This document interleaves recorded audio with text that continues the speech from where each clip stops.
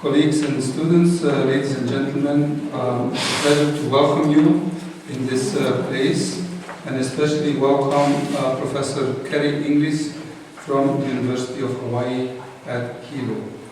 The lecture tonight is organized by the KU Leuven Damien Fund, the KADOC, and also the lecture series on the history of disability.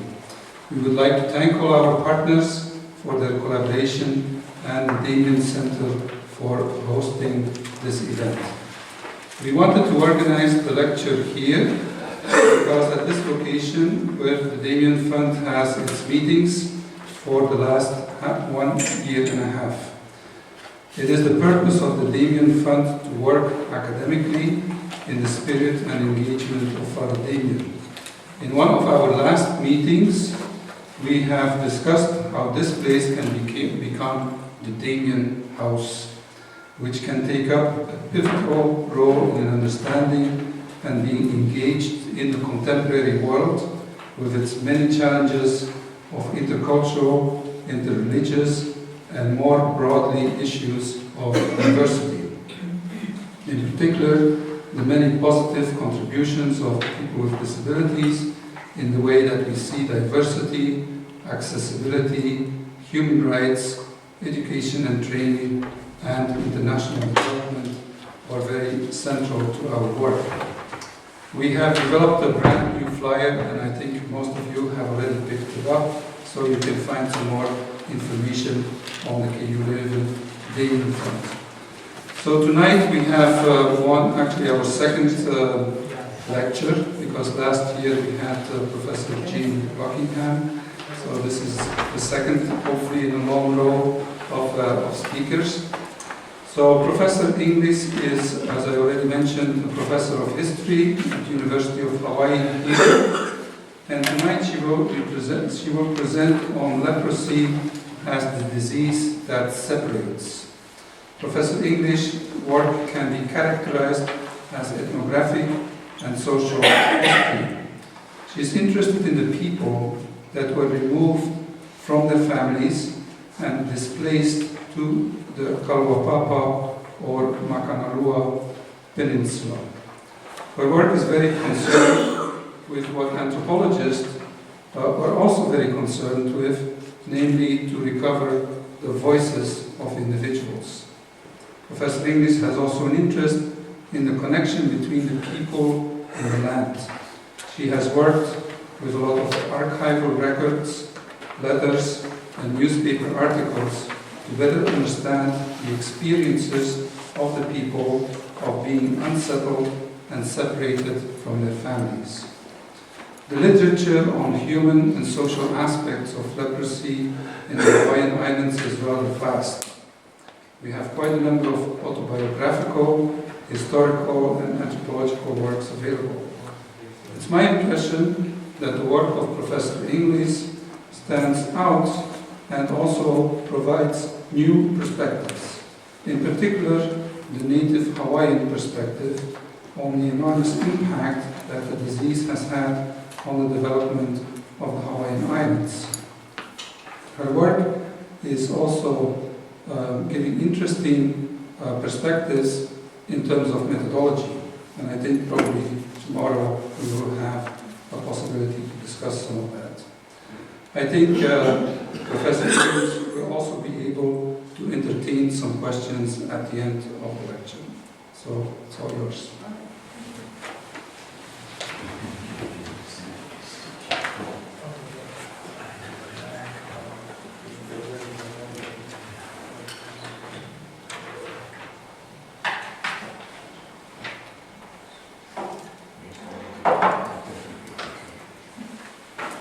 Good evening and aloha.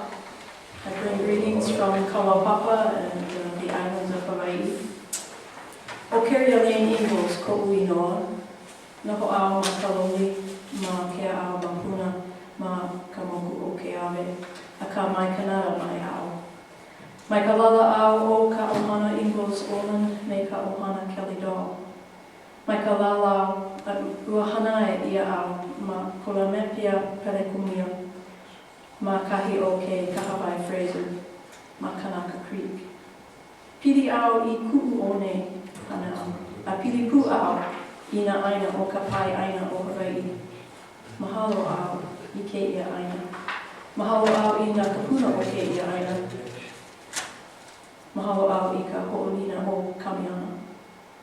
Mahalo au I na kapuna o na aina o Waikoi, o Kalawau, o Makanalua, o Kalawapa. Mahalo au I ka ike o na kapuna. I appreciate your indulgence in my beginning with some Hawaiian, and I promise that the rest of the presentation will not be exclusively in Hawaiian. But it is customary in Hawaii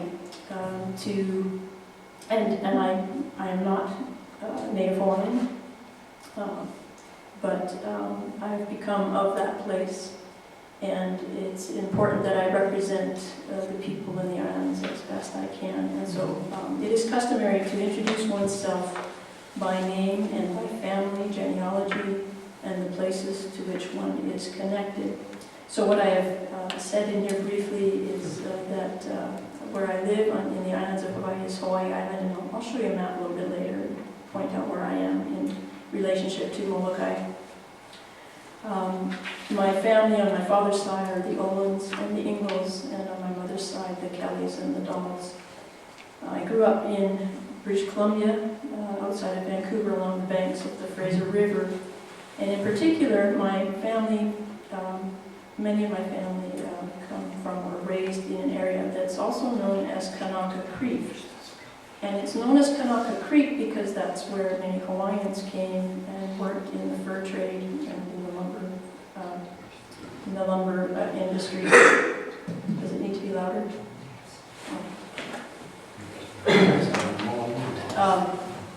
I'll try and be a little bit closer to the microphone. I feel like I'm right on top of it. Okay. Kanaka Creek is a place where many Hawaiians resided, and it's a place where I grew up. And so I feel a deep connection to the islands from the beginnings of my upbringing. It's also important that no matter where one is, from a Hawaiian perspective, to thank those whose lands you are on. And so part of what I was saying there was my gratitude for these lands, for your elders, your ancestors, and for the legacy of Father Damien. And then I thank the ancestors of the places that I studied. Waikolu, Makanalua, Kalawau, and Kalapapa, which I will be speaking more about. I also want to say thank you to the Damien Center, the Damien Fund, those who are all involved with bringing me here and have been showing me great kindness and hospitality. This is a wonderful experience for me, and I've already learned a great deal in the few days that I've been here that has resonated with some of the things that I'd like to think about and research that pertains to our connections between Belgium and between Hawaii, and in particular the life of Father Damien and what he brought to Kalapapa. And I recognize more and more, I think, the things that he learned from the people there and influenced him, as well as how he influenced others. But as has been said, my focus is very much on the people who are involved in this history, those who contracted Hansen's disease and lived with those consequences. I want to say one quick thing about terminology. You will hear me use the term occasionally, hear me use the term leper, but that's only when I am directly quoting from primary sources. It's an incredibly sensitive term, as I think many of you know, in Hawaii especially. There's probably no Hawaiian family that has not been affected by this disease. And so the scars are still there, but the healing is also occurring. But we're extremely sensitive to our use of terminology. One of the things that I'm trying to do in thinking about what I was presenting and really thinking about what I'm trying to do in my research. So tonight I'm focusing, I think, on identity and on community and on people's connection to place, and how sometimes resistance to changes that are being brought about affect people's identity and sense of community and those connections. begin formally with a story. And this is from a young man that you see here, picture obviously taken in 1905. But he is telling his story many decades later as part of an oral history project that was being done. And he describes the experience of contracting the disease when he was this young boy and being labeled as one who contracted leprosy and how it brought about an immediate shift in his identity. And so I'm going to read just a moment here from his oral history. My father came to take me home from school, but instead of taking me to the Kalihi receiving station immediately, like the principal said they should, my parents took me home. The whole family cried, including my father. The next day, my father took me downtown and bought me a new suit. Even though we were poor, my father said he wanted me to be dressed nicely when I was taken to Kalihi to be declared a leper. They took my picture for the official record of the Board of Health wearing that new suit of clothes. When the picture was taken, my father broke down again and cried. So I became a leper. To me, this is a profound commentary on the role of identity in this history. That is to say, this man described a day in his life when everything changed, for himself and for his family. And it also included how he and the family and others around them saw himself. It really is the story of leprosy in Hawaii and the profound effect of the disease and how it was treated, speaking medically, socially, culturally, and how it thus positioned itself upon the people of Hawaii. So how does this all come about? Just a real quick, brief historical overview. So January 3rd, 1865, the new monarch of the Kingdom of Hawaii, his name was La'akapua'iwa, otherwise known as Kamehameha V, he signed into law an act to prevent the spread of leprosy. Now, throughout the period of the kingdom, until his time, there had been devastating effects brought about by major epidemics coming into the Hawaiian Islands. And leprosy seemed to take a certain focus for many people. And so as the 19th century progressed, many had sought to find a cure, but no success beyond really producing some treatments that would help or give comfort to the afflicted were successful. There was certainly a lot of compassion for those with the disease, both amongst the Hawaiian population and amongst the foreigners. And certainly quarantine into isolation seemed like a very rational response to the epidemic that they were now dealing with. There were many other laws passed after this act to prevent the spread of leprosy. Laws that regulated who could come and not come to visit. Laws that were meant to punish people for concealing someone with leprosy. Laws, if somebody should try to escape, there was also penalties for that. One of the things that is very apparent in the literature and even in the very writing of the Act to prevent the spread of 1865 is this reference to the peninsula as a natural prison. And this has to do with the very high cliffs that are at the base of the peninsula and the rather treacherous ocean surrounding it. It's very deep, and so it's very difficult to come ashore. In the summertime, it's fine, it's fairly calm, but in the winter, there's some very large waves that come through. And so it's even today, it's very difficult to bring any supplies in by barge. So they do that always in the summertime.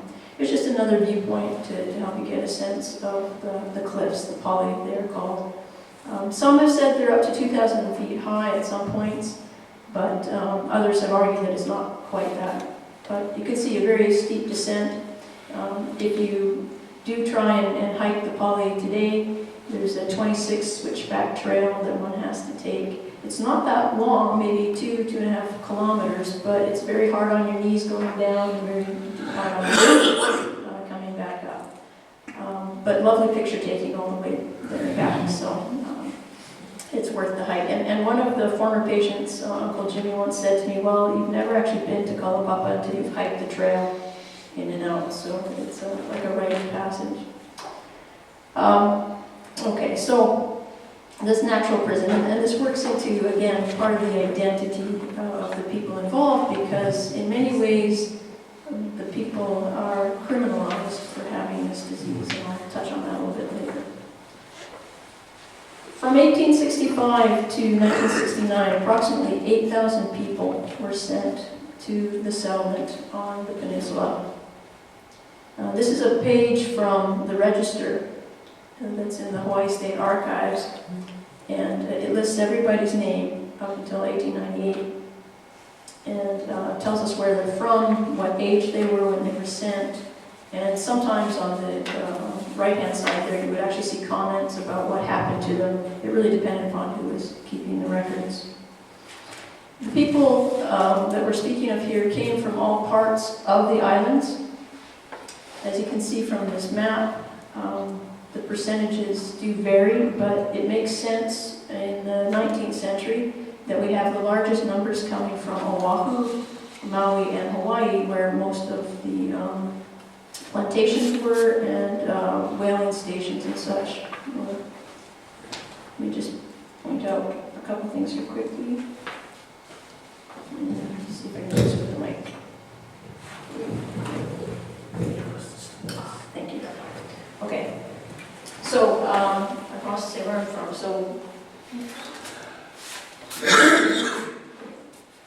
So this is where I live, over on this island here, on Hawaii Island, and here is the island of Molokai. And you see how small Kalaupapa is. That is the peninsula that we're speaking of. And again, larger numbers coming from Oahu, Maui, and Hawaii Island. This is only up until 1900. The percentages change a little bit post-1900, and the percentages of Hawaiians involved changes a little bit after 1900 as well. But this is basically, to that point, you have 64% are men, 36% are women, and of all the people, 98.8% are Native Hawaiian. When we move to 1900 up to 1969, when the isolation ends, then we're looking at maybe 90% Native Hawaiian, and because we've had immigrant labor coming into the island in the 19th century, so that will affect the numbers, but it's still primarily a Hawaiian experience. Okay, there's our island of Molokai. And again, the peninsula, traditionally known as Makanalua Peninsula, we'll refer to it as Kalaupapa to keep things easy. But I just wanted you to see that the relationship of the peninsula in relation to the island itself. And it really is a very small part of the island.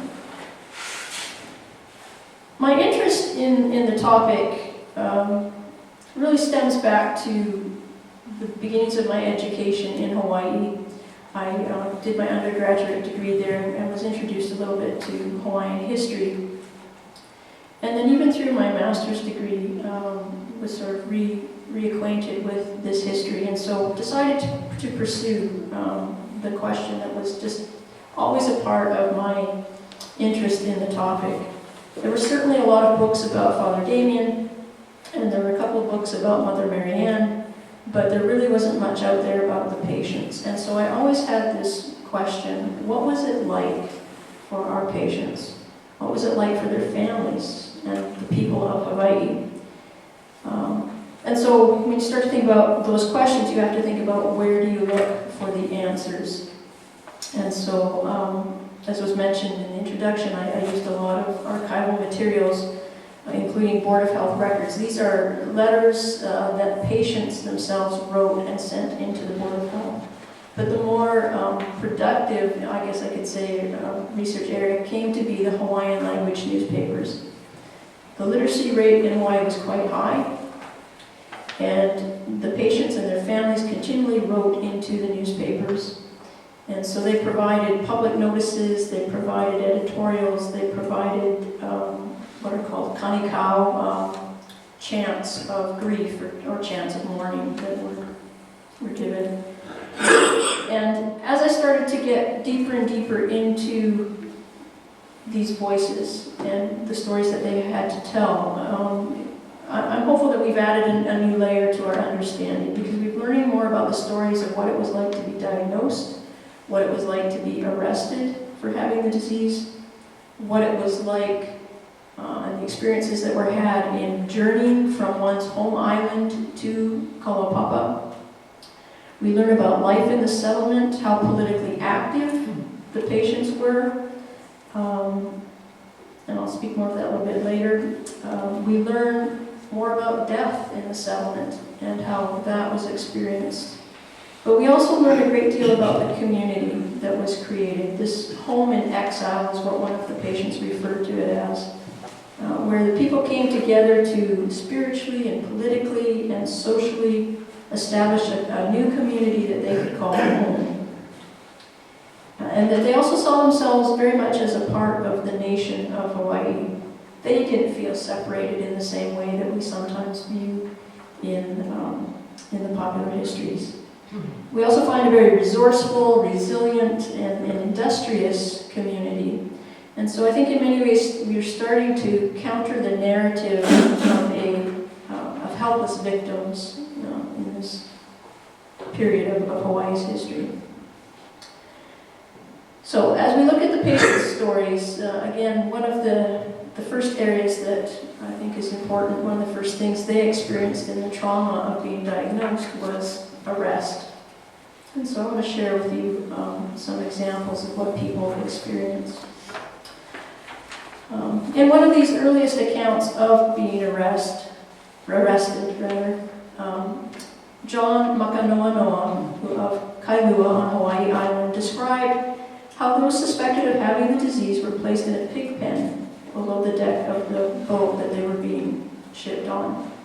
And they were forbidden to leave that area of the boat while they were being transported. Now in this case, they were first being transported to Oahu to be examined, and then it would be decided whether or not they would go to Kalaupapa.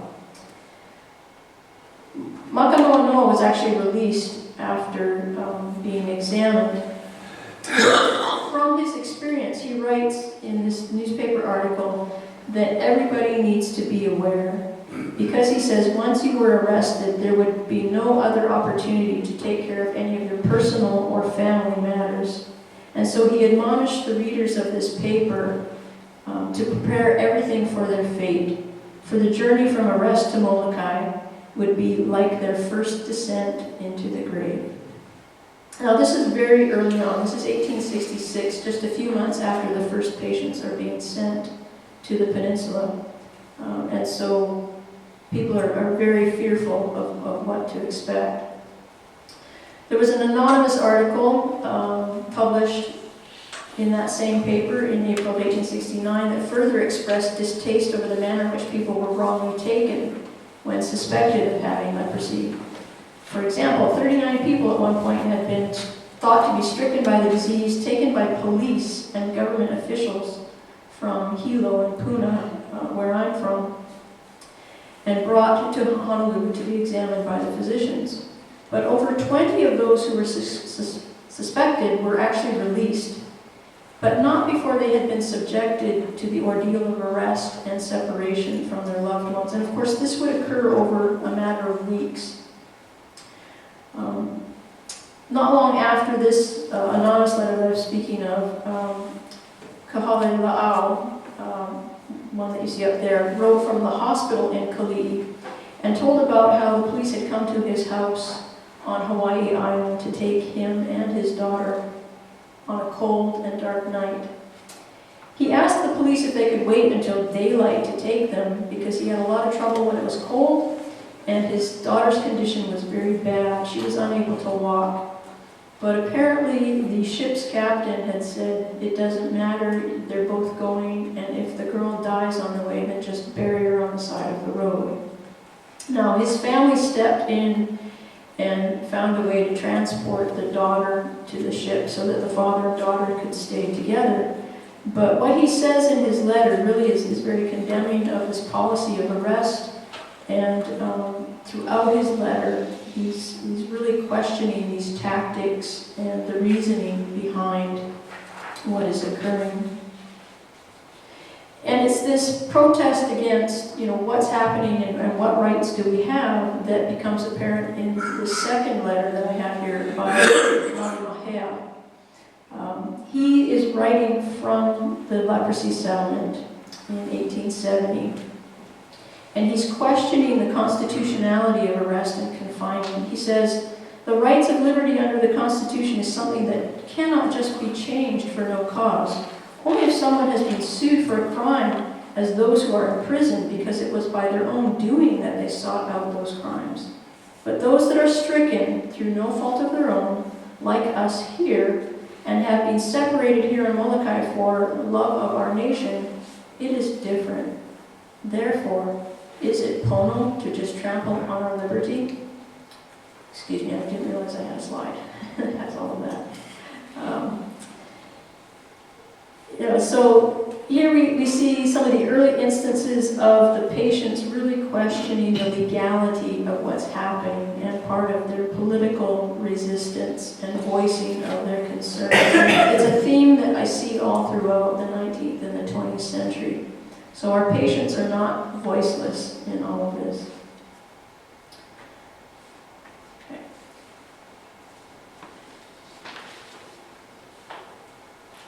I next want to turn to the journey that was taken once someone was arrested to being sent to Kalapapa. This is a letter by a woman by the name of Kaivi, writing in 1972. And she's talking about patients being held at the Lahaina prison. Okay, they're being held in the prison to be then taken to Kalapapa. And a lot of their loved ones are wishing to go with them. As she described it, the number of those who have leprosy has increased in the prison here in Lahaina, and not only here, but also on Lanai. And according to some people, it's men, women, and children. And she reported that in the days prior to her writing this letter, 21 people from Lahaina and 9 from Lanai had already been arrested. And then she says not only are they spending weeks in the prison waiting for this transport, but then when the Minister of the Interior arrived from Honolulu, they thought at that point they were going to be inspected, but they were not. They were later sent to Honolulu. She listed the names of everybody that was providing really a service to the public because the Department of Health was not providing this information. But she also offers a very vivid description, a personal description of what was happening on the wharf. She said all the people were separated from their loved ones, parents were leaving their children, and children were being separated from their parents, and friends from friends. And on the day that they were taken, the wharf at Keawaiki was overflowing with people, crying and beating their chest, wanting to go also with those who were sick, but they could not. 5 or 6 were able to go for a time, but were shortly returned. And only one woman swore that she would sail with her husband and rest with his bones in Colorado. In other words, she was willing to go there and die with him.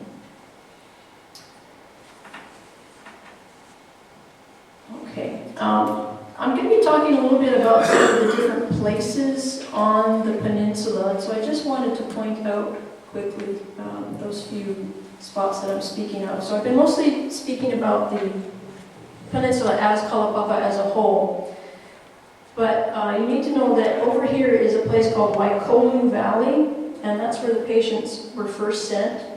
This is Kalavau on this side. This is Makanalua, well, it's behind the crater here, is where there's also a village. And then this is Kalapapa village over here. Okay. And so when patients were first sent by the Board of Health, they went to this valley, Waikolu. There were already people living there. People who had been living there for centuries. They're known as Kama'aina, or the original residents. And so, for a very long time, up until maybe the last decade or so, a lot of people were questioning this idea that patients were actually being taken care of in Waikolu. People were saying, well, we have no evidence of that, but we found evidence of it in the Hawaiian language newspapers because there were people writing letters from Waikolu. And they were saying things like this. So, okay, I've got 3 examples here. The first one, to your right, yes. Hoku Velovelo wrote this editorial in 1866. And he states in it that he is writing from Waikolu. He reports that the stories of houses being built there for patients are all lies. He says, yeah, there's some old houses in Waikolu that some patients used, and those who were strong enough were farming, but the living conditions were very difficult. It's also apparent from these and other records that while many understood and even accepted the need for quarantine as a measure of public health safety, the Board of Health really was not prepared for sending patients and taking care of them. They really hadn't thought it out well enough. There was a lack of adequate housing, food, water, and medical attention was always a constant concern for the patients from the very beginning. But by sending people to what was being referred to as this natural prison, the Board of Health was really carrying out a policy of quarantine or isolation, but their choice of the Kalapapa Peninsula, I think, really challenged their abilities. In the second editorial there from 1868, the writer is recognizing that, yes, there's a need for those with leprosy to be isolated so that others would not contract the disease, but they asked the legislators to at least reconsider the policy for the isolated to be so far away from the rest of society, from their home villages. It was actually a plan before they chose this peninsula. The idea had been discussed that maybe there should be a leprosy settlement on every island so that they could stay in contact with families and they could be cared for and supported in that way. But that was dashed very quickly. And again, I think the idea of a place that they thought no one could escape from and that would provide those natural barriers was something that was found to be most appealing. He also says in this editorial that the reason that everybody's dying in Waikolu, now we have to recognize that some of the most advanced cases have been sent first, but what's being said in this editorial is that the people are dying at Waikolu because they have given up hope that they would ever see a loved one again. And they believe that they were just being left there to die.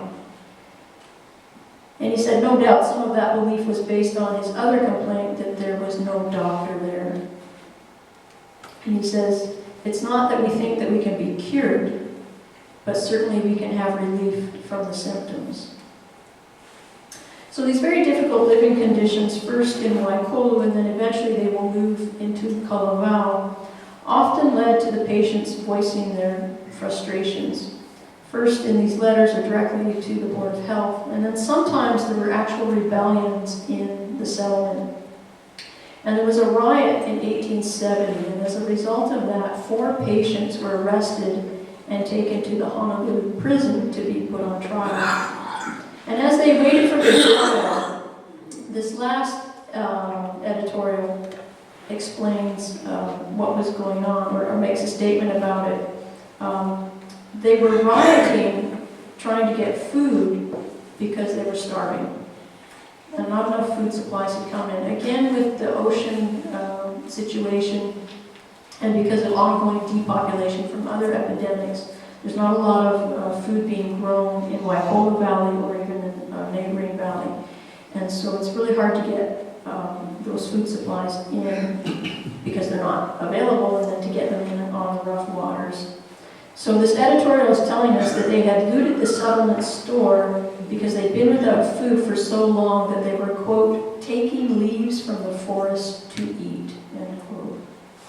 And so the writer suggests that it's with this kind of lack of care for the patients and the negligence that it was the people who were responsible for that were the ones who should be on trial, not the patients who had been rioting for food. Life in the settlement and the dynamics of the community were also frequent subjects in these letters that appeared in the newspapers. In 1879, a letter from Kauai wrote to explain to the editor and readers of the paper what life was like in Kalavau. He said, in this place, it's good land in the summer, naturally pleasant, plants grow good, swaying in the breeze whenever looked at. The wind is good and comfortable, softly blowing from Mokapu. But as for the rainy season, which is the winter time in Hawaii, it is cold, troublesome, and in this season the patients experience hunger. One thing I should mention about the peninsula, and especially Kalawao, on that side of the peninsula, in the winter time you do not see the sun rise or set on the horizon. It's always behind the cliffs. And so very short days, and it just sort of adds to the cold and the rain. It is much warmer in Hawaii, but that sort of high humidity and type of rain, and of course people with illness, it does feel very cold. And so these difficulties are coming in the rainy season, he says, not just because of the elements, but also because the food and the medical supplies often did not arrive during this time of year, again because of the high surf. So there's rarely enough meat for the population, and Kauai wondered if the fault laid with the Board of Health back in Honolulu, or maybe with the superintendent in Kalawao. It does seem clear that one of the biggest concerns for Kauai was that the resident superintendents to that point, and again this is up to 1879, those who had resided with the patients on the peninsula, he says they do not know the Hawaiian language. And while those patients who do speak a little bit of English are okay, those who do not, which was most of them, were of course at a disadvantage. And so he says, quote, "We are clothed in disappointment on the edge of the seashore," end quote. Kauai's poetic words also spoke, I think, of the more salient and profound consequences of being sent to the peninsula and the resulting difficulties. For the many that had been separated from their land and way of life, and they often refer to it as a land that deprives one of family and friends. And yet, there are others with a slightly different perspective. One writer, his name is Nali Mahea, he certainly offered more positive images of the community. In January of 1870, Nali Mahea stated that as for the way of life of the patients here at Kalawao at this time, they are very unassuming, continually searching for a comfortable situation. They do not work needlessly, and some look to be very well supplied.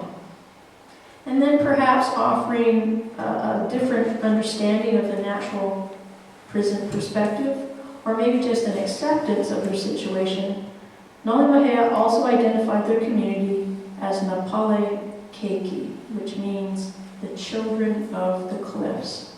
And a statement like that starts to get me thinking about, again, identity and connecting to a new place.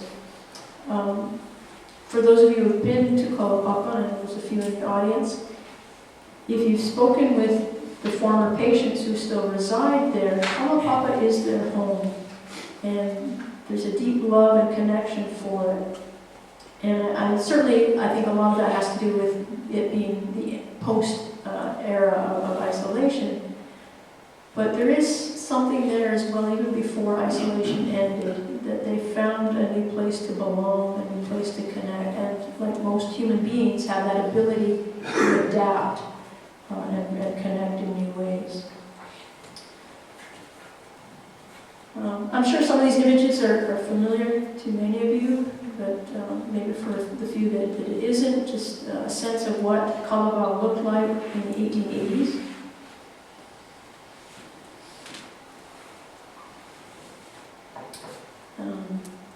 That's looking from Kalawao towards Makanalua, so from the east looking westward. And this is looking the opposite direction in the 1890s. You can see in the background, you can see St. Philomena Church back there.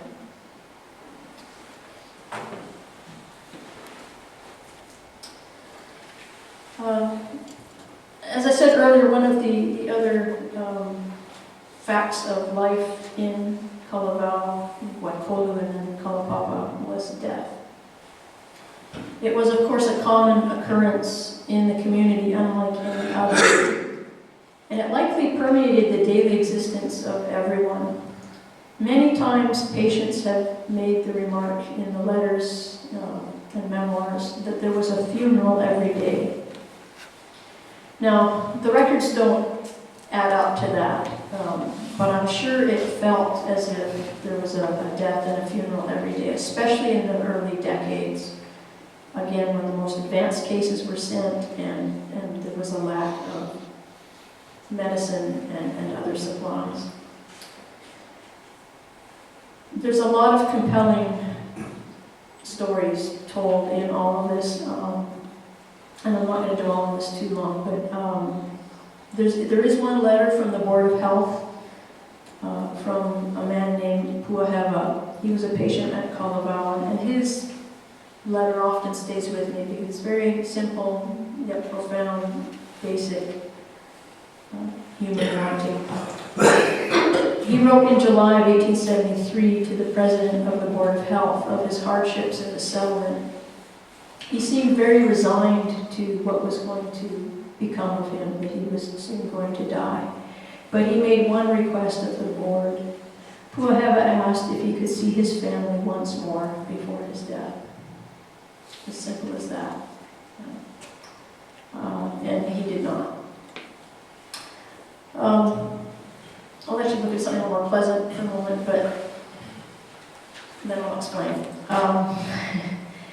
There are also stories, especially in the first couple of decades of the settlement, of what was known as the dying hut, and those are very difficult to forget.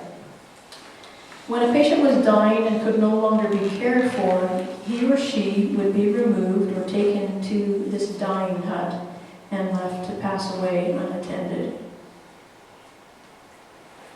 I think there's many things that we could think about as to why that's happening and what it all means, and maybe we can discuss that later, but it certainly existed.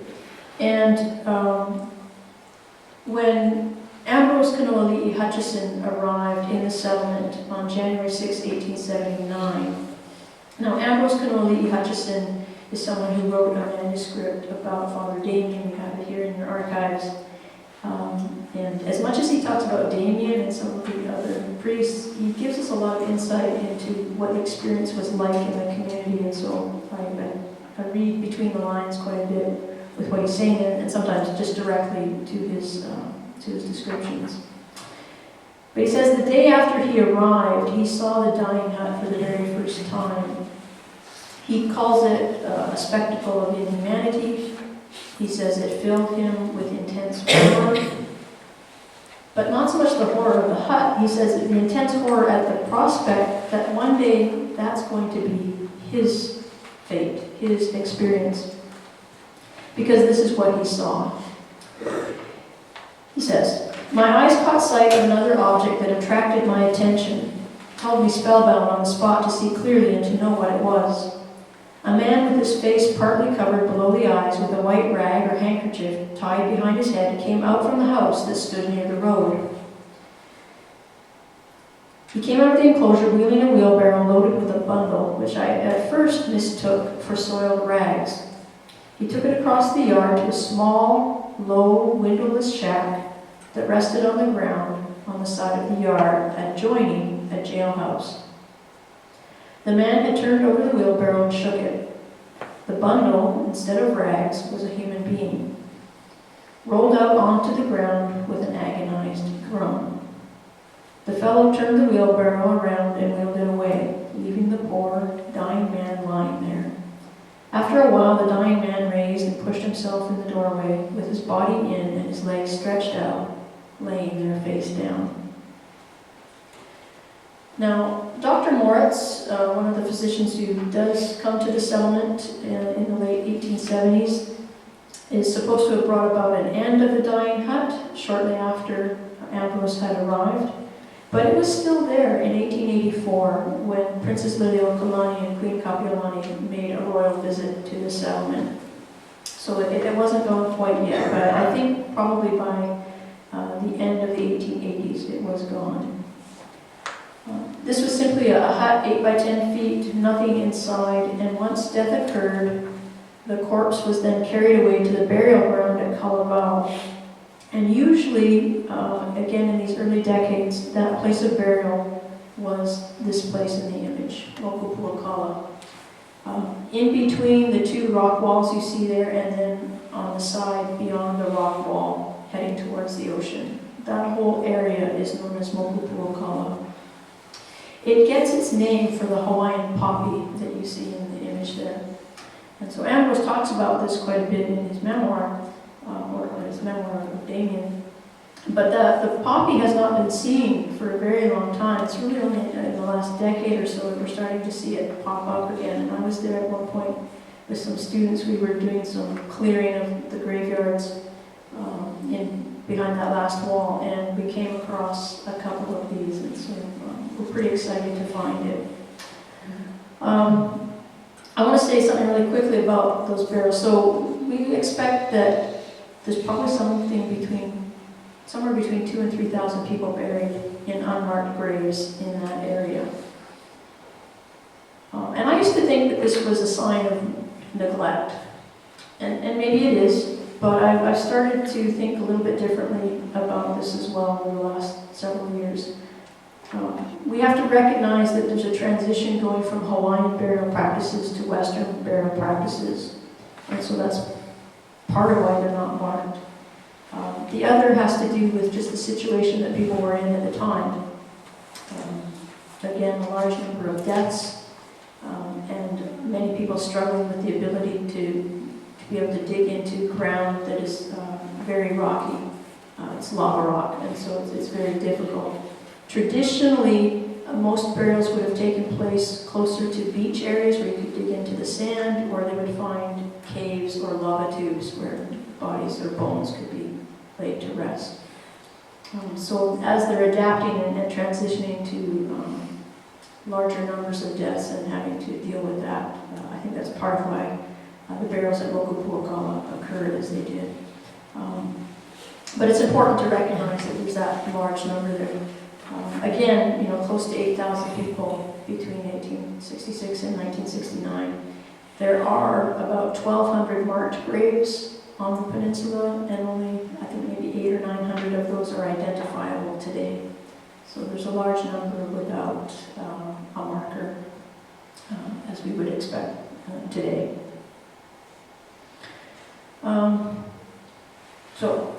Just a couple more things about death in the settlement and the newspapers. So it becomes quite clear also that the Board of Health is not providing news to families about who has passed and what has become of their loved ones. And so it was oftentimes the patients or their helpers who were writing to the newspapers to report on this news for their families. And the newspapers oftentimes were also expressing gratitude for this, or others in home communities expressing gratitude for this news, because again, they would have no other way of knowing. And some of the letters did much more than simply name those who had passed on. And one of those examples comes from someone named Makaila. He was in the hospital in Kalihi waiting to be sent to Kalapapa. And he wrote to tell family and friends of the death of a woman by the name of Pa'ahau. And this is a kanikau, this is a morning chant. And it's maybe 50, 60 lines long. So this is just one small portion of it. But within the kanikau, we find some hints at what life was like at the Kalihi hospital, and what it felt like to be there and to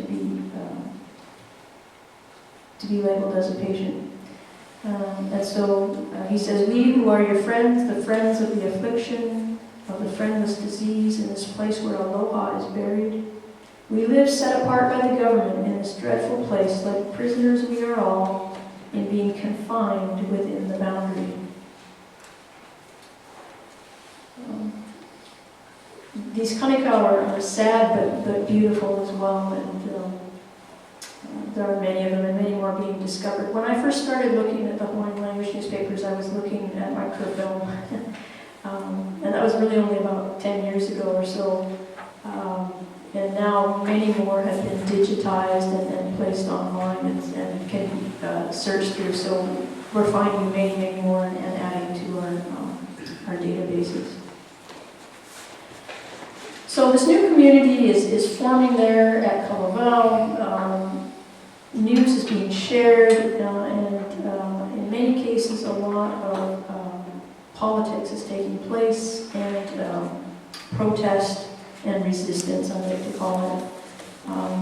We certainly have those on record within the newspapers of people expressing their opinions and their political views. Politicians were actually coming to the peninsula as well to campaign, which tells us that the patients were not as disenfranchised as perhaps we have sometimes thought. And this was happening, through the 1880s and 1890s. And then there was other things happening. I'm sure you all know about the overthrow of the Hawaiian Kingdom in 1893. And between that overthrow and the eventual annexation of the islands by the United States, there were several attempts at annexation, and there were several protests by the people of Hawaii. And in 1897, there were these Coup-A petitions, sometimes also referred to as the monster petitions. Now, this is at a time when the Hawaiian population is at about 40,000. They collected about 38,000 signatures in protest, saying, we, the people of Hawaii, do not want to become a part of the United States. We do not want to be annexed. This is but one of hundreds of pages, but I wanted you to see this because this is from Kalawao County, or the district of Kalawao, which is the peninsula. Now they divided themselves into the men's and women's groups, and so this is a page from the men's group. We have not found the women's pages yet, but here we have a page from Kalawao signed by patients. And this says two very important things to me. That Hawaiians outside of Kalapapa believed that the people in Kalawao and Kalapapa were a part of the nation because they brought these papers with them to be signed. And it was the process throughout the islands that mail boats would travel up and down the islands, and people would jump off in a village, give them these sheets, and they make their way to the next village with the mail boat, and then as they came back up, they would pick up the pages the next week. So they dropped it off at Kalapapa, expecting there that the people would sign and that they saw them as a part of the nation. But that the people of Kalawao and Kalapapa also signed says to me that they saw themselves as part of the nation as well, that they believed that they also had a voice. And I don't know if you've seen this before, Leuven, but see that name? Ambrose Hutchison, having signed the Coup-A petitions. He was very loyal to the Queen. And this is a time when Hawaiians really had no voice in government. They were disenfranchised at this point, and of course only men could vote at this time.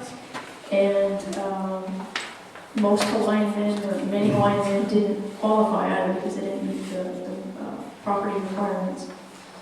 You also see various ages on there, so people who would not have been adult, 15, 16 years old, 14 years old. I've seen some as young as, I think, 5 or 6 on some pages. But I think it says to us that people of all ages wanted to have that voice. And again, these are patients at Kalapapa expressing their political views. One other example of that, this is a page from one of the larger running papers, longer running papers, Hawaiian language papers, and an independent Hawaiian language paper. Should note that as well at this stage at least. This is after annexation and the Organic Act of 1900, which provided for the people of Hawaii to have a congressional representative in Washington. And so this representative had been elected in 1900. His name was Robert Wilcox. He was half Hawaiian, so he was also known as Wilkoki. And this letter, which is in the clipping here, this is a letter of protest by a committee of patients. There's 32 signatures there.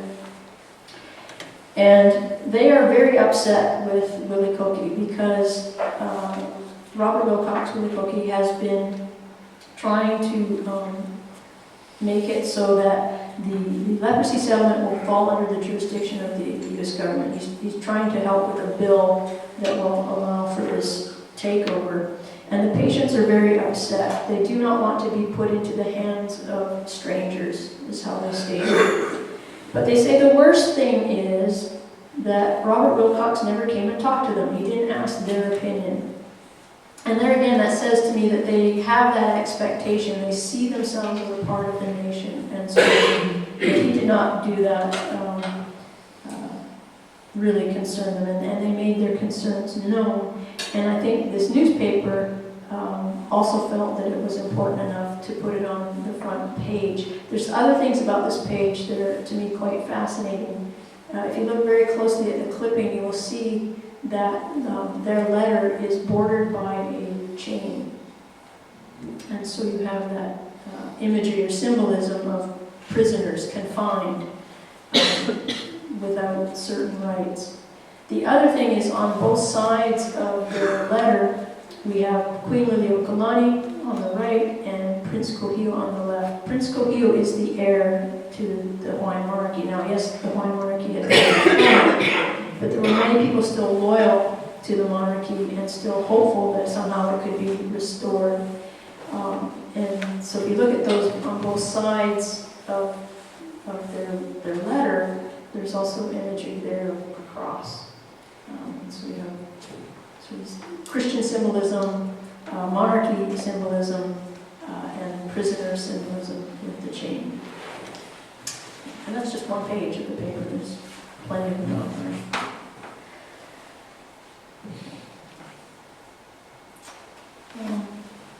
There were other forms of resistance as well, and I just want to take a moment to talk about Kalua Iko'olau Pi'ilani and their family. It's one of the more famous stories about resistance to the policies of Hansen's disease in Hawaii. And this story begins in 1893, ends around 1896. And so the Hawaiian monarchy had been overthrown, the provisional government was in place, and this is one of those periods of time where they're trying to make more and more efforts to arrest people and take them to the settlement to try and stop the spread. They also were not allowing kokua, or helpers, to go with patients, and we'll come back to that in a moment. So they live on the island of Kauai, and these provisional government authorities have come to arrest them. And essentially Ko'olau says, I'll go, but only if my wife can come with me. And the deputy sheriff that was there to arrest them said, no kokua can go. And so Ko'olau says to another group of people who are also being taken to Kalawao, he says, well, you folks do what you want, but I and my family, we're going to go live in a valley, isolated on our own. Pi'ilani, after the death of her son and then her husband, will eventually come back out of the valley and tell the story of how this all happened to them. There was a violent encounter in which the deputy sheriff and 3 other soldiers of the provisional government were shot and killed, and so that made Ko'olau an even more amplified outlaw in their eyes. So they hunted them down. They took guns and cannons out into this valley and tried to capture them, but they did not. What I find one of the things I find very interesting in all of this is the way Ko'olau, according to Pi'ilani, discusses why he does not want to go to Kalawao. So certainly he does not want to be separated from his family. It's also very interesting in this story that Pi'ilani, when she speaks about the disease, does not talk about fear of what it will do, or even that it will eventually cause death, perhaps. But it's the fear of separation between the family that they speak of. And she's one of the earlier Hawaiians to talk about it as ma'iho ka'awali, the disease that separates family. Throughout this history, Hawaiians don't talk about this particular disease according to what it does to one's body. They do that with smallpox and measles and many of the others. But with Hansen's disease, it's more about what it does to the community and to the people as a whole. So when Ko'olau is being faced with arrest, one of the things that he says to his wife, or to the sheriff rather, is, how dare you try and separate me from the family? And he says it goes against all Christian principles that we have embraced concerning marriage. He says, quote, "We swore on the Holy Book to live together in the time of food and of famine, in sickness and in health, to live together until death should part us," end quote. And he goes on to say, is your law higher than God's law? So how can you possibly do this to us? But I also think he resisted against this separation based as much on his Hawaiian sensibilities. Because as his wife would later explain, she said, he himself would refuse until the end, since he had heard of how in the strange land the bones would be laid to rest without the knowledge of the one who should attend to hiding his bones. Whereas here in the land of his birth, I, his wife, would, he knew, lay him to rest forever. So it was important for Ko'olau to not only know he would have a proper burial when the time came, but that his family would also know where his bones had been laid. Because it's the bones that contain one's mana, one's essence. And so for Hawaiians, it's very important that the bones are cared for, and that family, and only family, knows where those bones are buried. It's also very much a Hawaiian concern that when someone is sick or dying or in death, that it's only family who cares for the body or for the ill. And so one of the other groups that I want us to speak a moment about here, I've mentioned them a couple times, are the kokua, also known as mea kokua. They went with their loved ones to Kalawao, to Waikolu, to Kalawao, to Kalapapa. Kokua were going all the way up to 1900. After 1900, there are still kokua in the settlement, but they're hired by the Board of Health, especially to be these helpers.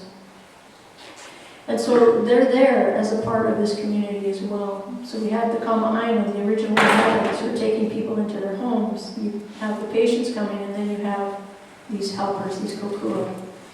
These are their spouses. Sometimes it's your mother, it's your father, it's your son, it's your daughter, a cousin, a friend, coming along with you to be your nurse, to care for you during this illness. So it's really extraordinary, and I think it's common in every culture that people are going to care for their loved ones, but it's really exemplified in this particular history.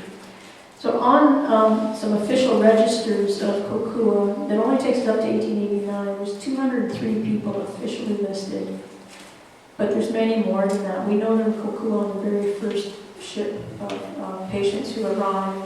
And I've read many letters and reports of people whose names I cannot find on this register, but I know as kokua. So I think the number should be at least double that pre-1900. So, yeah, somewhere between 300 and 400, maybe more than that, Native Hawaiians who went with their loved ones to be by their side, to care for them. And oftentimes they also would then, as a result, take on the stigma of having been at the settlement. So they had a difficult time sometimes to return to their home community. But I think more than that, oftentimes they found a new home themselves in this new community, and they would stay. And it would shock the physicians, it would shock the foreigners, that people who went as kokua would stay there and marry someone else and raise a family or start a family. It was not understood by the others that the outsiders simply saw the disease, but I think the Hawaiians continued to see the person that was there and helped to create this new community.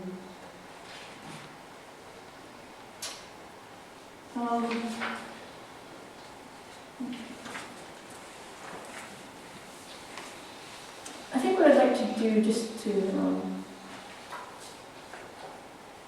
stick with what I said I was going to present here, is to transition a little bit into the 20th century. I do see the pre-1900 community as one that's very unique. People living in some very difficult and devastating, sometimes desperate situations, having been displaced from the lands of their birth to become these children of the Pali. And that doesn't really change as we move into the 20th century. The situation is still very difficult. There is more medical care, and there's more structure to the settlement as the Department of Health under the U.S. federal government takes over. And of course, we will eventually have the introduction of drugs, the sulfa drugs, and later on the antibacterials and the combinations that will help to overcome the infection and arrest the bacteria. But we find in the 20th century they're still dealing with some of the same issues of identity and issues of politics, and trying to have that voice and to change policy and to be resilient and resourceful. So I see many of the similar themes occurring into that 20th century. And so I just want to offer a couple of voices of the 20th century. Excuse me while I perhaps, oops. So these few quotes that I want to show you are coming from some oral histories that were done in the 1970s and 1980s. And there's plenty of them. I'm just going to offer you a couple. And what we see here, I think, is objectification of the patient through medicalization, and a criminalization process that's becoming even more so a part of the discourse than maybe there was in the 19th century. One woman who was at Kalapapa since 1936, she says, "But for us lepers, when you ran away," meaning from Kalihi, "they would put you into isolation, solitary confinement, like they call it in prisons, or you had another choice. You could volunteer to be sent to Kalapapa. And when people were sent to Kalapapa, we thought it was to die. It was final." Richard Marks, a well-known former patient, says this of those days in Kalapapa. "People were still making you feel like you were paying a debt to society, or that you were serving time and were to blame for what happened to you. Along with that was the attitude that since we were responsible for getting the disease, we shouldn't complain about how others are making decisions about us. Their attitudes and feelings took precedence."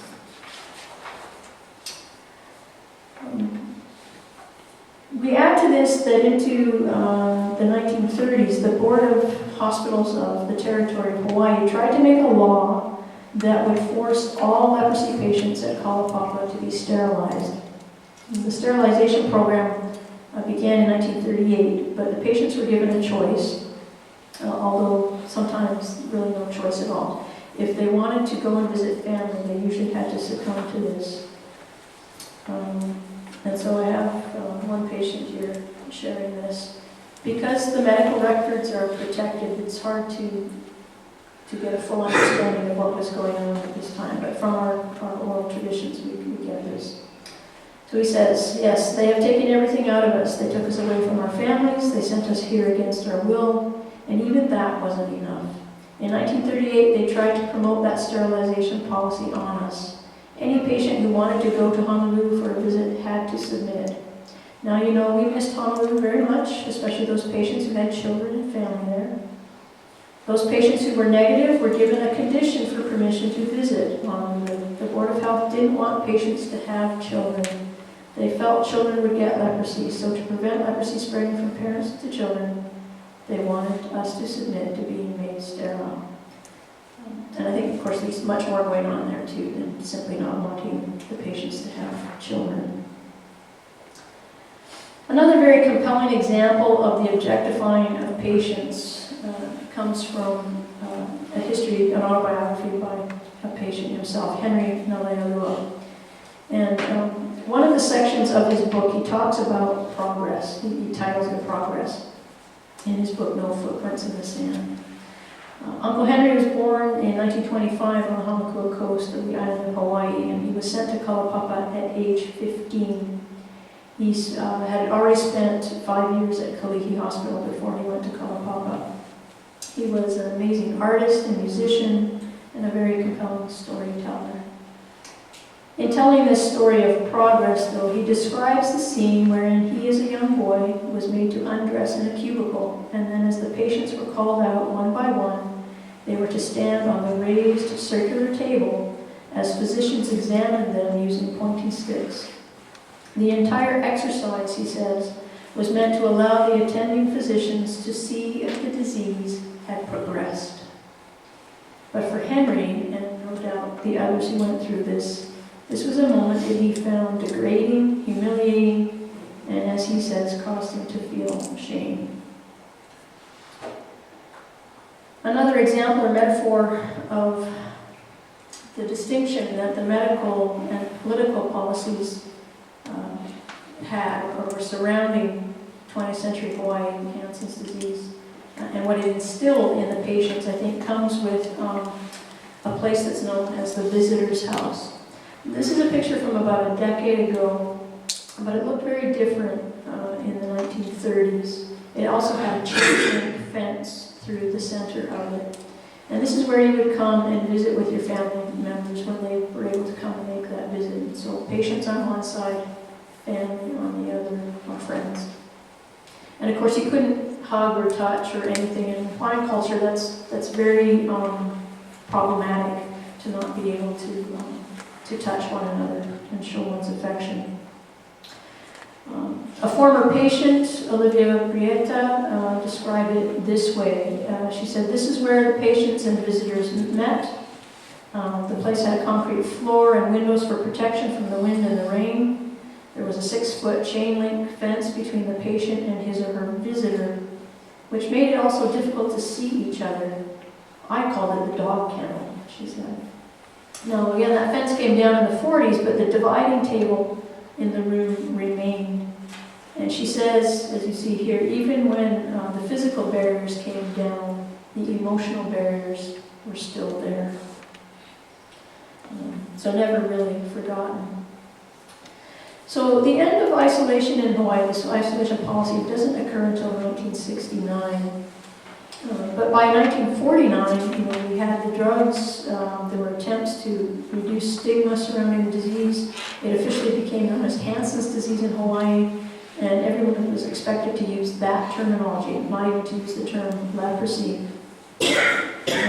But it didn't seem to be going very far. So when we get into the 1960s, there's a real effort on the part of the patients to bring an end to isolation. And the person at the front of that was Richard Marks. He appeared on the cover of what was known as Beacon Magazine of Hawaii on February of 1968. And as you can see on the cover there, he says, "I am a leper." He was breaking the law by making that statement, the law in Hawaii. And in his writings to the chief officer over Hansen's disease program at the Department of Health, the editor of the magazine also uses the term leper. And this is what the editor says. He says, "I know it is against the law for me to call Richard a leper. I know that your office recommends that we all use the word Hansen's disease. Richard defies the edict for different reasons than I. He feels with some basis, I think, that the word can be banished only when the attitude is banished." And in the article, Richard talks a great deal about his frustrations with the politics surrounding being released.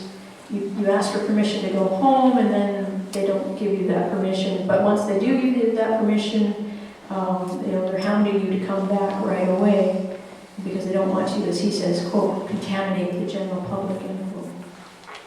He also speaks of restrictions on patients. When you were allowed to go and visit family, you were on parole.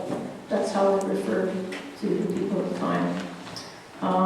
They also had to go through, of course, their medications, but fumigation. If you were to go and get on a plane to go to Honolulu or to visit anybody, your clothes had to be fumigated.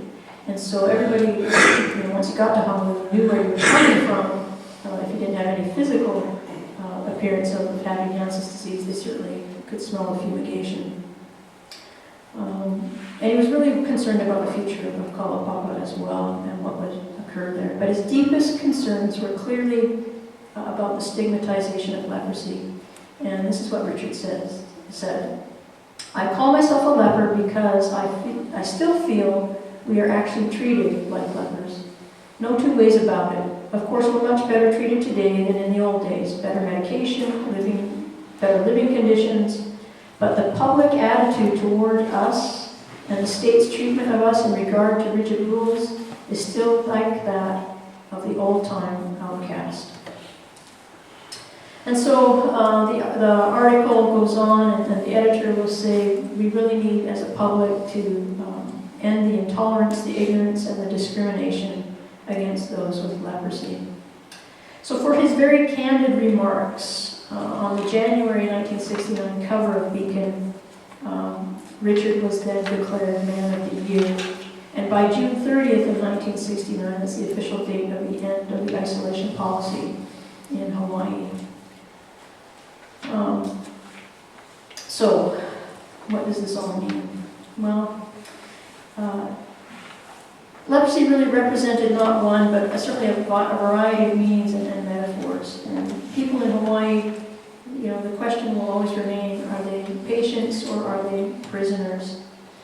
They were objectified, they were criminalized, but that didn't stop them from being advocates for themselves, for trying to stand up for themselves when and where they could. And as much as they were cast out of society, they oftentimes, I think most of the time, still saw themselves as a part of the nation, as connected to the community. And I think, for the most part, their families and communities saw that as well. They did what they could with what they had. And as they deal with these issues of identity, they still deal with it in Hawaii today. Many have reminded us that we're talking, of course, about people. Makia Malu, who you see there on the far right in the orange jacket, he said, "There is no such thing as a leper. There are only people, and all of us are so much more than the conditions of our bodies. The L word is a generic term for everything repugnant. It hurts. It should be avoided for the dignity of all of us." So as a result of being set apart, those sent to Kalaupapa since 1866, I believe not only exemplified strength in the face of adversity, but they exemplified Native Hawaiian culture of the 19th and 20th centuries. They remained politically active and defiant. They struggled with the changes brought about by outsiders, politicians, and each other. They resisted against authority and policies that took away their agency, and they cared for one another in ways that we have often overlooked. They dealt with the daily struggles of life and death in a changing society at a time when many in the larger world had all but forgotten them. And they did it all in the face of the most challenging of circumstances: the physical, medical, emotional, spiritual, economic, sometimes cultural context of leprosy. I'm grateful to have had an opportunity like this to share a little bit of this history with you. For the people of Hawaii, this episode in the history of disease has had a very profound effect. As I said earlier, every family, every Hawaiian family has been affected. And many are still struggling to come to terms with that history, to make or reconnect, rather make new connections, reconnect with their ancestors who were sent there, to make sense of it and to know and to remember what their kupuna, their ancestors, have done, and to remember it with pride and with meaning. Thus, as I began with a bit of Hawaiian, I'll leave you with two Hawaiian thoughts tonight.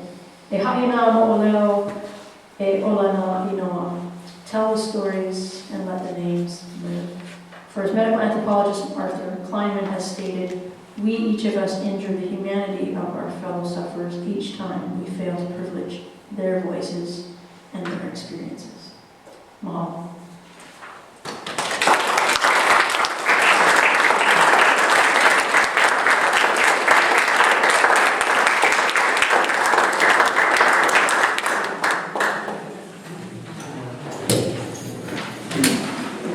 Thank you very much for sharing with us the history of people with leprosy in Hawaiian Islands, and teaching us about how they were criminalized and how they survived and how they were separated from their families.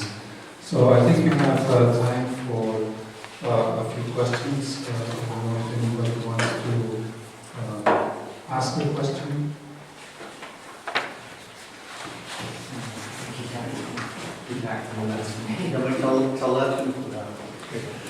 We here in Belgium, we obviously know about Hawaii because of Father Damien. Yes. I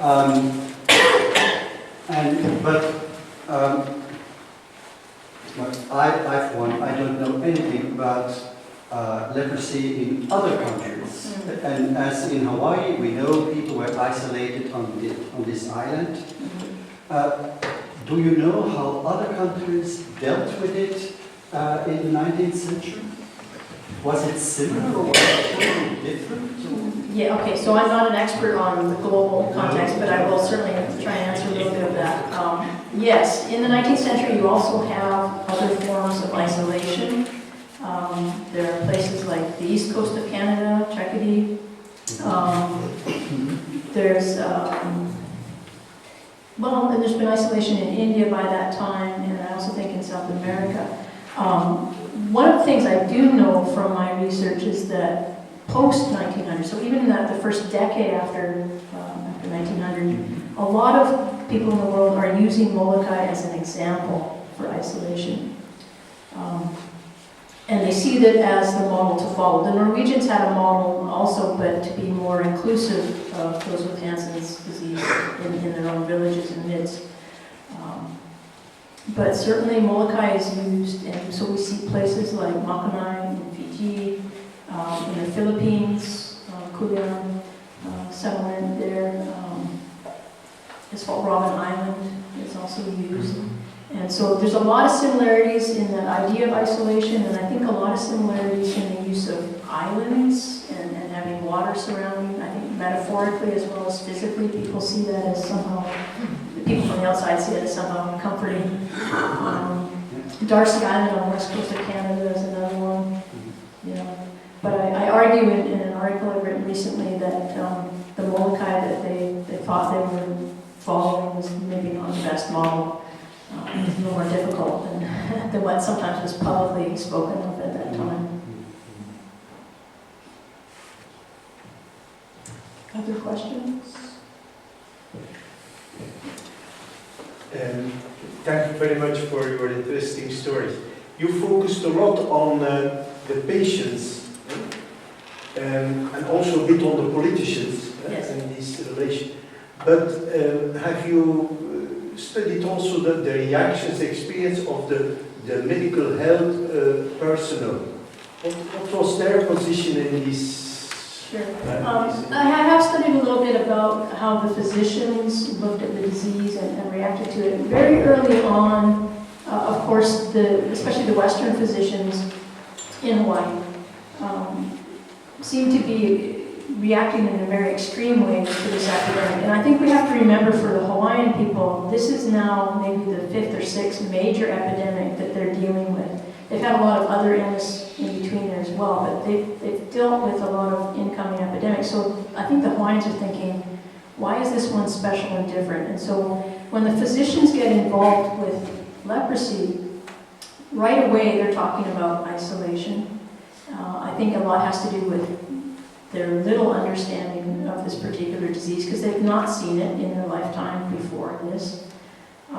You have different theories about how it's being caused. Of course, in the 19th century, there's still a lot of debate and discussion about what causes disease, and you have everything from miasma to contagion. So you see that reflected in some of the physicians in Hawaii as well. There's a fairly prominent physician who's arguing that it's sexually transmitted. And I don't know, that is quashed by a lot of people, but it's still kind of out there, and so they're dealing with that. And a lot of the physicians, like Nathaniel Emerson and Dr. Moritz that I spoke of, they're also thinking it has something to do with the way Hawaiians are living their life. So they're looking at different ways of finding cures and things like stop eating poi, stop eating fish, or stop eating from the calabash bowl and that kind of thing. But they're really struggling, but they're trying. I think they're trying many different ways to come up with some sort of cure. Dr. Arnim is there for quite some time looking for a cure and doing some testing. But the one thing I will say about the physicians that's a little bit disappointing, I think, is that oftentimes they could find something that would help to treat the patient and make them feel better, but because it couldn't be proven to be a cure, they stopped it. And it's probably the government taking away the funding as well, but if they couldn't cure it, then they wanted to move on to their next experiment instead of helping to take care of the patient. I always have to remind myself too that the act to prevent the spread of leprosy was the act to prevent the spread. It wasn't the act to care for the people with Hansen's or with leprosy. And so, yeah, I think they wanted to remove the people and be done with it as best they could. And even the Hawaiians were saying, okay, we'll go because we don't want it to spread to the rest of the nation. And everybody thought that it was going to somehow end it. But one of the things I didn't talk about in the presentation is just how permeable this quarantine was, because people were coming and going all the time. And so this idea of isolation is very mistaken.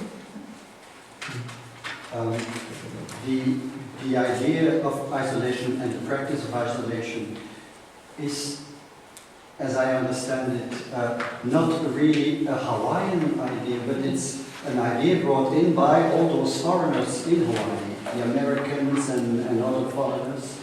They brought in the disease, I suppose. Yes, well, 2 points there. Yes, it was not a very Hawaiian thing to do, to separate people out.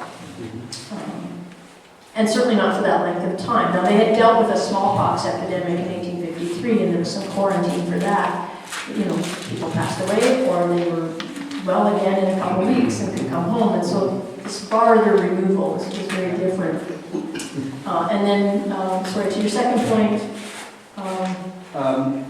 Well, that is exactly. Yes, the introduction of the disease. So the first confirmed case is 1831.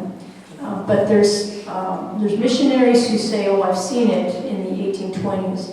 Now, these weren't medical missionaries, and of course they weren't necessarily doing an up-close diagnosis, so it could have been other skin ailments.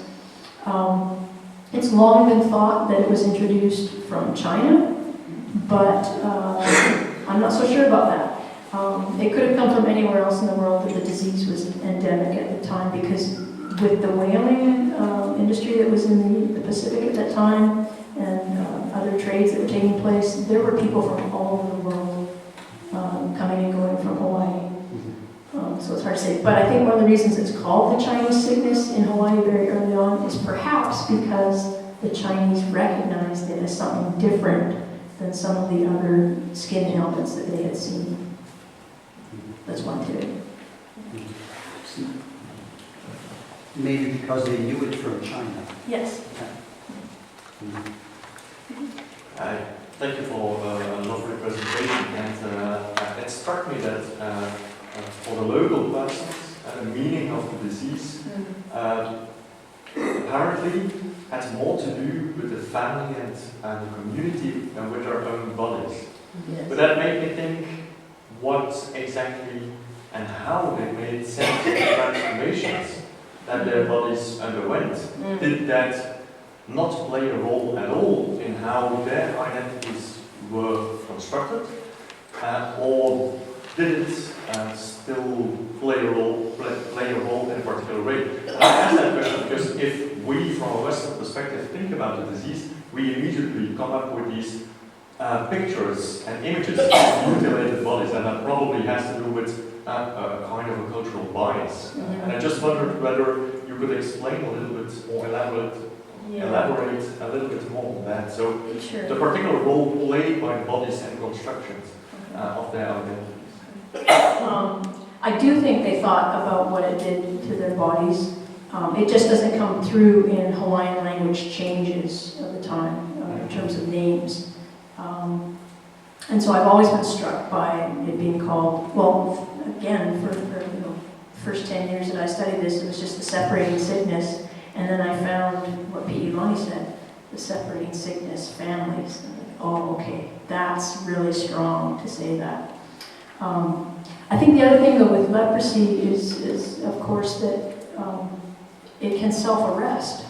And so you had cases that were very extreme, or would it be very advanced, and then you had other milder cases in the different forms, as well. So I think the other thing that's occurring is once people are, I'm going to sort of counter my own narrative, so they're removed to this new community.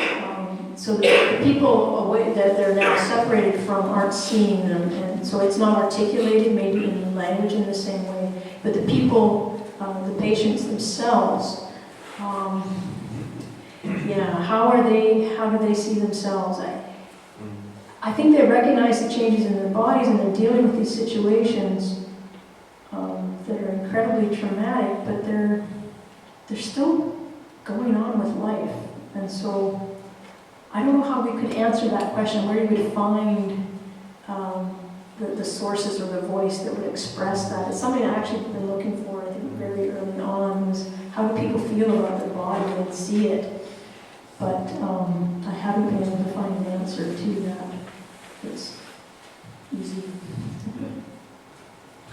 Your story about this dying hut, that struck me as being, on the other hand, some people, they want to go with their loved ones to Kalawao and stay with them and care for them. But amongst the people who are there seems not to be a sense of these are people who are in the same situation as we are, and we have to care for them. To leave them dying all alone like a dog,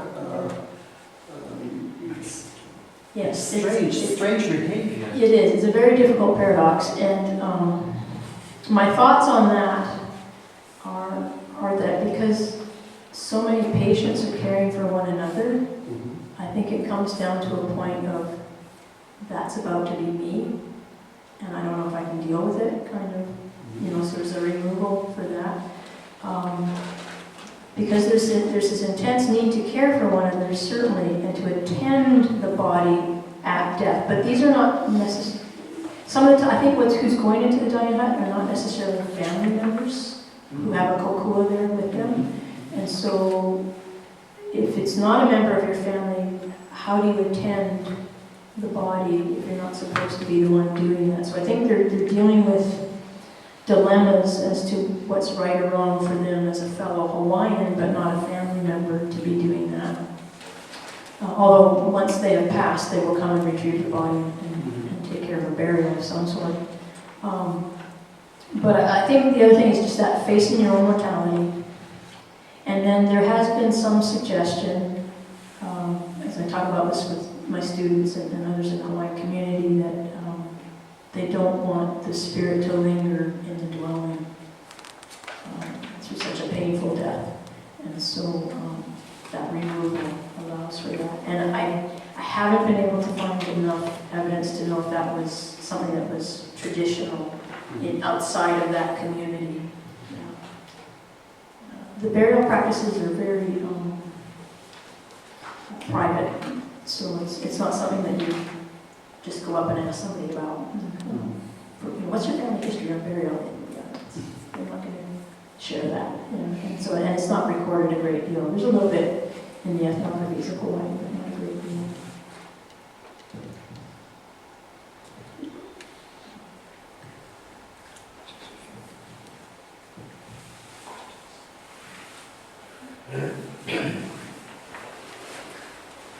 Okay, if there are no more questions, thank you very much for coming. And we still have something to drink, so we would like to invite you to the reception.